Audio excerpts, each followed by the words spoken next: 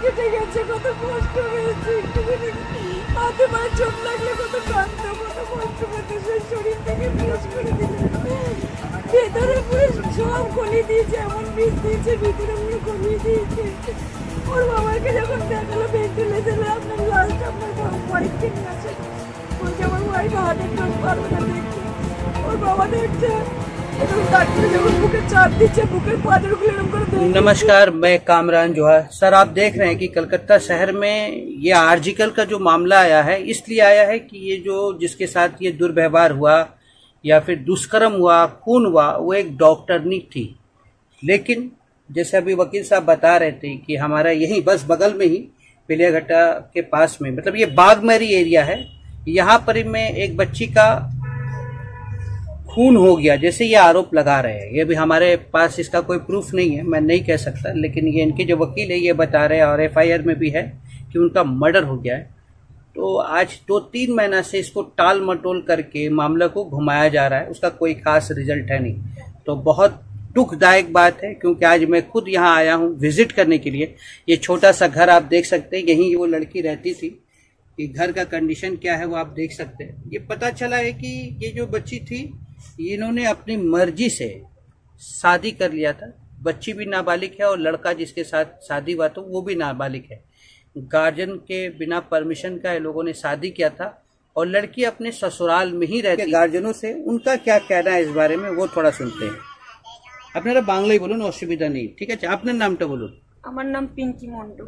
পিঙ্কি মন্ডল, আচ্ছা। আপনার মেয়ে ছিল? আমার মেয়ে, আমার একটাই মেয়ে। আপনার একটাই মেয়ে? হ্যাঁ। আচ্ছা। ওরা যে কোচিনে পড়তো, আমি ওদের সাথে কোনো সময় মিশতে। কোন স্কুলে পড়তো? কোচিনে পড়তো। School school school Maniktala Banipith. আচ্ছা, মানিকতলা। কোন ক্লাসে পড়তো? Class 9 A. Class 9 a student ছিল? হ্যাঁ। তো ওখানেই ছেলের সাথে জানাশোনা? না, ওইখানে দেখা হতো না। এইখানে যখন ক্লাস 9 এ উঠলো, এইখানে 5 জনের সাথে ওকে ভর্তি করেছিলাম কোচিনে। ওইখান থেকে ছেলেটার সাথে আলাপ, কবে থেকে আলাপ আমরা কোনোদিন জানতে পারিনি। একদিন ওর বাবা মোবাইলের মধ্যে ধরে নিয়েছিল, ধরে নেওয়া তাই বলেছিলাম গ্রামে দেশে বাড়ি পাঠিয়ে দেবো। শাশুড়ি বলেছিল নিয়ে চলে আয়। কোথায় গ্রাম বাড়ি? আমাদের বীরভূম। বীরভূম, হ্যাঁ। তারপরে কিছুতে মানবো না, ছেলের বাবা এসে এসে ওকে বারবার করে ফোর্স করতো যে আমার ছেলে কিছু করে বসবে, আমার ছেলের সাথে মিশতে দাও। ওর ছেলের বাবা এখানে এসে ফোর্স করতো? হ্যাঁ হ্যাঁ, ফোর্স করতো। তারপরে বলছে যে মিশতে দাও, ওদের ন্যায্য বয়স হবে যখন, তখন আমি এখান থেকে ধুমধাম করে পাড়ায় চিৎকার করে বলে গেছে বিয়ে দিয়ে নিয়ে যাবো। আমি ছাড়তে চাইতাম না। ওর বাবা বাইকে করে নিয়ে চলে যেত, ছেলেটা এসে ডেকে ডেকে নিয়ে যেত। ছেলেটা আমার বাড়িতেও আসতো, আমি খেতে দিতাম। ওর বাবা খাবার নিয়ে নিয়ে বানিয়ে আমার নরমাল বন্ধুত্ব হয় সেই হিসাবে নরমালি ওর ছেলেটা আমার বাড়িতে এসে ওর একসাথে দুইজনে পড়াশোনা করতো।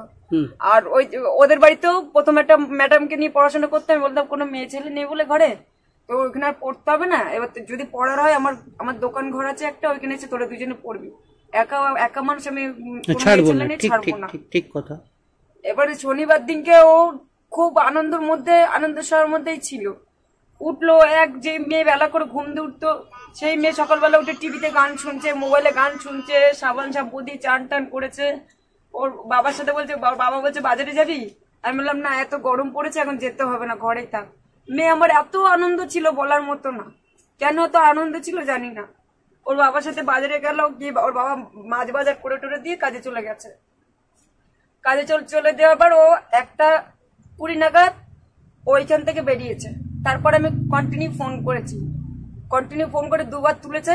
তারপর 3য়বার এই ছেলেটা ফোনটা তুলে বলছে কি, তুমি চিন্তা কেন করছো? মা আমাকে মা বলে ডাকতো। তুমি চিন্তা কেন? ছেলের নাম কি? ছেলের নাম সৃজিত মালি।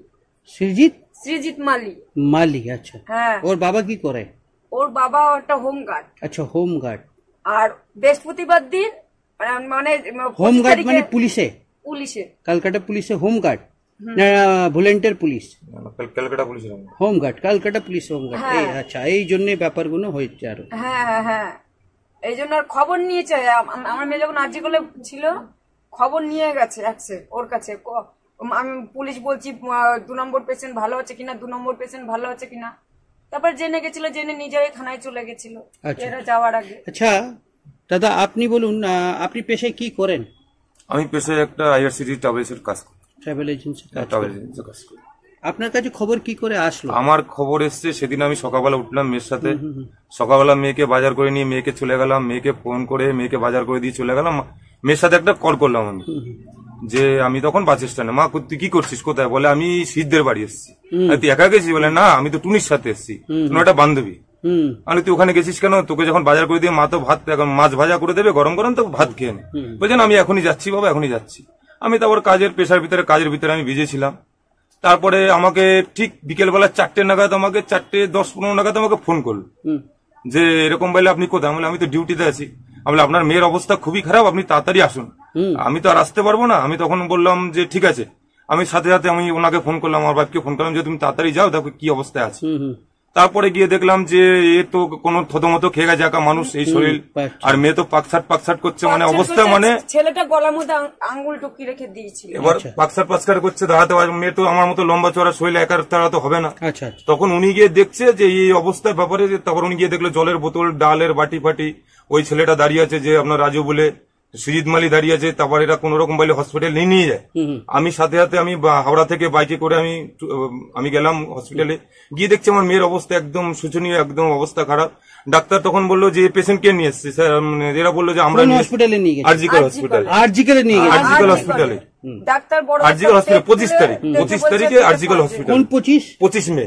25 মে। হ্যাঁ 25 মার্চ আমি নিয়ে গেলাম। মার্চ মে মাস, আচ্ছা 25 মে। হ্যাঁ মে আমি যখন নিয়ে গেলাম, যে ডাক্তাররা বলে কি হলো, যে তোকে তো মনে হয় কিছু খাইয়ে দিয়েছে।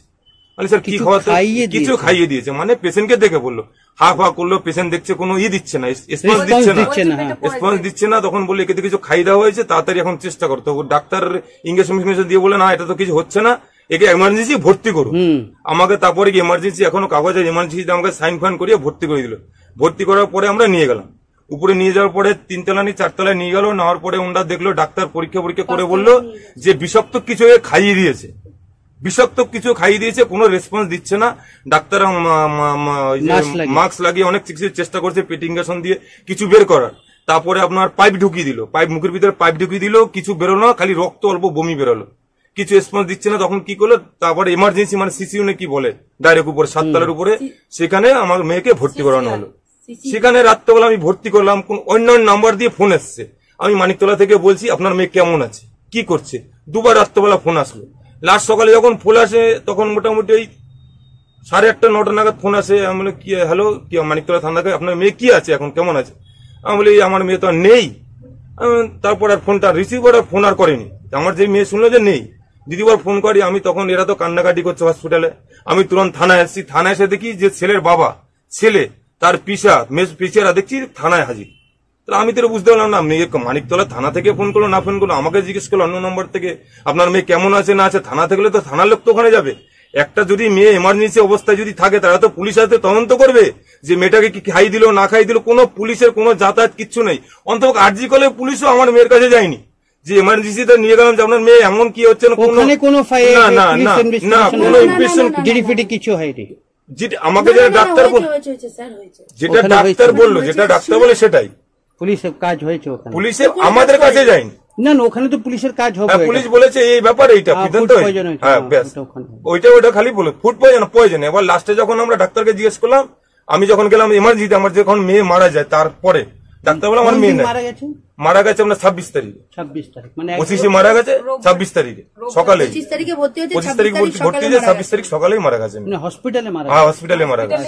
এখান থেকে যে অবস্থায় নিয়ে গেছে 90% মানে নেই, মানে ওই অবস্থায় নিয়ে যাওয়া হয়েছে। তারপরে আমরা ওখানে গেলাম, আমি ডাক্তারকে জিজ্ঞেস করলাম, স্যার যে আমার মেয়ে কি করে মারা গেল, কিরকম পয়জন ছিল কিছু বোঝা যাচ্ছে? ওনারা যেটা বলে বিষাক্ত পয়জন ফুসফুসিতে চলে গেছে, কিডনি ফুসফুসিতে চলে গেছে। না সেটা না, পোস্টমর্টমে যেটা আছে, পোস্টমর্টমে বলে পয়জন পাওয়া গেছে, আর কিছু না। সেটা কিছু এখন আপনি কি আপনার, আমি একটাই চাই, আমার মেয়ে উপযুক্ত, যারা আমার মেয়েকে যারা মেরেছে, হ্যাঁ মেরেছে, এটা শিওর। আমি বাবাই বলছি আমার মেয়েকে মার্ডার করা হয়েছে। এর সাথে যারা যারা উপযুক্ত, যারা জড়িয়ে আছে, তাদের আমি শাস্তি চাই। আমাকে কিছু বলতে গেছিল, তার আগে গলার মধ্যে চামচ ঢুকিয়ে আলাজিবের পাশটা কেটে দিয়েছিল। এইরকম তাহলে পোস্টমর্টম রিপোর্টে কিছু পাওয়া যায়নি না? ওরকম সেটা পোস্টমর্টম রিপোর্টে বলতে পারবে, আমরা তো পোস্টমর্টম করতে পারি না, বলতে পারবো না। মানে এখন আপনি চাইছেন যা হয় ইম্পর্টেন্স মানে যেটা করণীয় সেটা করা হোক। আর একটা রিপোর্ট যে বাইরে করতে দিয়েছে সেটা তো এখনো আসেনি। আপনি কে ম্যাডাম? আমি বড় মাসি। উনি বড় মাসি। আপনি কি বললেন এখন ব্যাপারটা যে উনি বাবা মা হয়ে যা দেখলেন মেয়ের চরিত্র কিরকম ছিল? সরি এরকম এখন তো এরকম কোশ্চেন জিজ্ঞেস করাটাও বাজে এটা আমাকে, কিন্তু মেয়ে আমি খুবই ভালো ছিল, পড়াশোনায় ভালো ছিল, কথাবার্তা শুনতো, আমাদের ঘরেই বেশিরভাগ থাকতো। ওই ছেলেটা মেশার পর থেকে মেয়েটা আস্তে আস্তে আস্তে আস্তে ওর যে বাড়ি যাতায়াত শুরু হলো যখনই মেয়েটা আস্তে আস্তে ওই দিকেই চলে গেল। আচ্ছা, আর বিয়ে করলো। আপনার নাম কি? মামুন বল।